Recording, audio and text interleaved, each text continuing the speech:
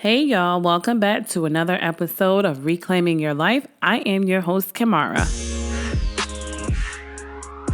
This podcast is designed to help women overcome their insecurities, self-doubt, and fears within themselves to pursue their dreams by telling her own life experiences. Here's your host, Kamara. Hey y'all, welcome. Gotcha. I'm here with a bonus episode. Yes, I decided to do a bonus episode and pop up on you during this work week. While you'll be hearing this, I will be actually on vacation. Sorry, but yes, well-needed vacation indeed. But I just wanted to get on here really quick. Not going to take too much of your time. But before I get started, I just want to acknowledge all my listeners, all my faithful listeners from the beginning. Whoop, whoop. And also my new listeners. Welcome. Whoop, whoop. Yes, I'm feeling really excited right now. Because the simple fact is, it's July and there's some things that I have planned for 2020, and I have set me some goals from now until the end of the year that I am really excited for, and not hoping, but will accomplish. If I don't accomplish all of them, but I would accomplish at least 2 out of the how many ever I have, because it's quite a few. But I just wanted to give you guys some encouragement during this midweek that whatever it is that you are going through, push through, right? Because you're going to get it. And I know mentally we're like, oh my God, when we're in that situation, we're like, oh my God, when is this going to pass? Because this I had enough of. And it's all with the way that we think. So even if we're in a situation, we have to start thinking and speaking things to turn our situation around. So no matter what it is, start speaking life over your life, right? Start speaking and saying and doing things and start moving in certain ways so that you can get out of your situation and change your situation and turn it around. Because what I've learned in the past couple of weeks to a month is that we really are, sorry, I lost my train of thought, but we really have control of our lives and how we think and how we want to live our life. And sometimes we block our own blessings. It's us that block whatever it is that is for us or to come to us. And it's because of I don't want to say how we were raised, but how we were taught, and not just taught by parents or anything like that, but how we were taught based off of the environment that we live in. And I say that because the environment that we live in, it's like nobody really wants to see anyone win, right? Nobody wants to see anyone prosper. Nobody wants to see anyone living in abundance. Nobody wants to see anyone happy. But in all actuality, we can change that. We can be happy. We can accomplish those dreams and those visions that you have, that you'll be daydreaming about, like, oh, you're going to live like this one day, or you're going to have this one day. And we can attain that, but we have to change the way that we think so that we can attain and get the things that we desire. So don't get discouraged because of what is going around you in your environment or what's going on right now in your circumstances or your situation, however you want to say it. Don't let that get you down, but instead just be positive, because it's such a blessing when you're positive and when you're happy. Things start to become different.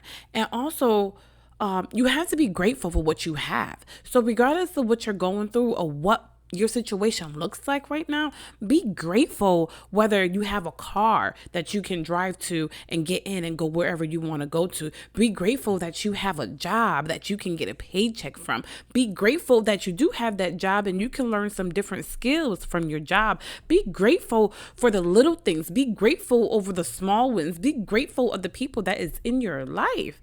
Because once we're grateful for these things, you will see these things start to manifest more. Your relationships will increase, whether it's personal, intimate, business, friendship. You will see that those things will start to improve once you are grateful. And I learned that, the main things in life to live a prosperous and happy life is that we have to be grateful, number one, right? We have to be able to give, number two, whether it's your time or it's money, but we have to be willing to give something in order to receive something. And then we just have to be happy. Just be happy and live in the moment. So be grateful, give, and be happy. Live in the moment. And I had last couple of, no, well, not even a couple of months, but the month of May to me was like the hardest. It was really the hardest. I went through some financial situation in the month of May, and I'm just being transparent. So I went through some financial situations in the month of May, and I'm just like, I don't even know how this is going to happen. Like, I don't even know how I'm going to be able to see through this or get caught back up on my bills. But with the grace of God, seriously, with the grace of God, I was able to pull through the month of May, and I was able to still hold on to my faith. And even though a portion of my income was gone for the month of May, I still pressed through. No one knew what I was going through the month of May, unless you were like my immediate family, because even my immediate family didn't know, but it was a select few people who knew what I was going through. But you would never know that I was going through that, because you can look at me and you would never think that I am going through what I was going through in the month of May. But after that, it just got me to retraining my mindset, because I want to have that prosperous life. I want to live in abundance, and I want to have the things that I dream of. And I noticed that I had to change some things. So I had to tune up my brain, I had to tune up my mindset, just like how you tune up a car when you get your oil change. You have to get your oil change every couple of months or every couple of 1,000 miles, whichever comes first. It's the same thing with your mindset. You have to tune it up. You have to, clean it out, get the new in. However, yeah, my analogies is all off right now, but we have to do that with our mindset, because I stress about the mindset because it's so important. I see how powerful our mind is.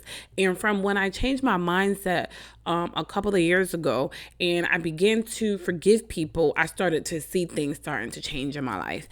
And even though I stopped being so negative from what I was several years ago, I see that I was still speaking and saying some negative things.